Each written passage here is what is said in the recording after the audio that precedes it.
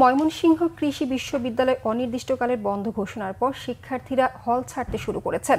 বহিরাগতদের হামলার প্রতিবাদ ও ভিসি সহ শিক্ষকদের পদত্যাগের দাবিতে ক্যাম্পাসে বিক্ষোভ করেছেন বিক্ষুব্ধ শিক্ষার্থীরা।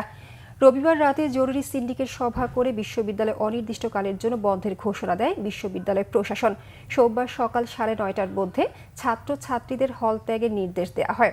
সকাল থেকে হল ছাড়তে শুরু করে শিক্ষার্থীরা। এদিকে ক্যাম্পাসে বহিরাগতদের হামলার প্রতিবাদে রাতভর ক্যাম্পাসে বিক্ষোভ করেছে বিক্ষুব্ধ শিক্ষার্থীরা।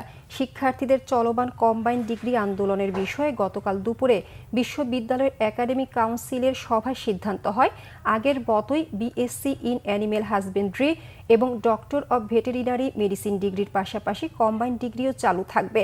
শিক্ষার্থীরা এ সিদ্ধান্ত প্রত্যাখ্যান করে উপাচার্য সহ প্রায় 250 জন শিক্ষককে প্রায় 7 ঘণ্টা অবরুদ্ধ করে রাখে।